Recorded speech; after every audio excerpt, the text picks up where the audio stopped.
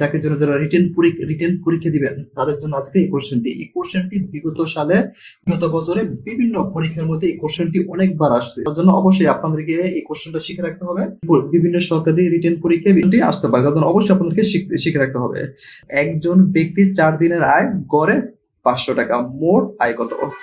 বলছে একজন ব্যক্তির 4 দিনের আয় দেওয়া আছে, 4 দিন দেওয়া আছে, অবশ্যই মনে রাখবেন। বলছে আয় গড়ে 500 টাকা, বলছে গড়ে আয় 500 টাকা, মোট আয় কত? আপনাদেরকে বের করতে বলছে মোট আয় কত। মোট আয় আপনার কি করবেন? বের করবেন। তার জন্য আপনাদেরকে দেখুন এখানে আছে আয় গড়, হ্যাঁ 500 টাকা, তাহলে কি গড় আয়, গড় আয়, গড় আয় কত দেওয়া আছে এখানে? গড় আয় কত? গড় আয় হচ্ছে 500 টাকা। তা আপনি এখানে দিবেন 500।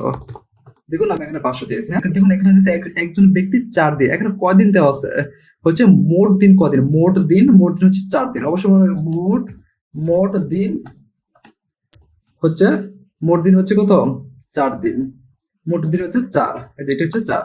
এখন আপনাদেরকে বের করতে বলছে এখানে মোট আয় কত। তাহলে আপনি লিখুন মোট আয়,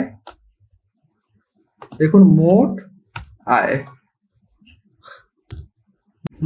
মোট আয় হচ্ছে আপনি এখানে যে গড় আয় আছে, গড় আয় আর হচ্ছে মোট দিন কি করবেন? একত্রে গুণ করবেন। তাহলে গুণ এখানে 500 লিখেছি, তারপর এখানে গুণ চিহ্ন বাটন, গুণ এখানে 4 দিয়ে যখন আপনি একত্রে গুণ করবেন 2000, এটা হচ্ছে আপনাদের অ্যান্সার। আপনি যখন 500 আর যখন 4 দিয়ে যখন আপনি গুণ করলে আপনাদের আসে 2000, এটা হচ্ছে আপনাদের অ্যান্সার। দেখুন এই কোশ্চেনটি আমরা দিয়েছি, এই কোশ্চেনটি সলভ করে অবশ্যই কমেন্টে অ্যান্সারটা আপনি দিয়ে দিবেন।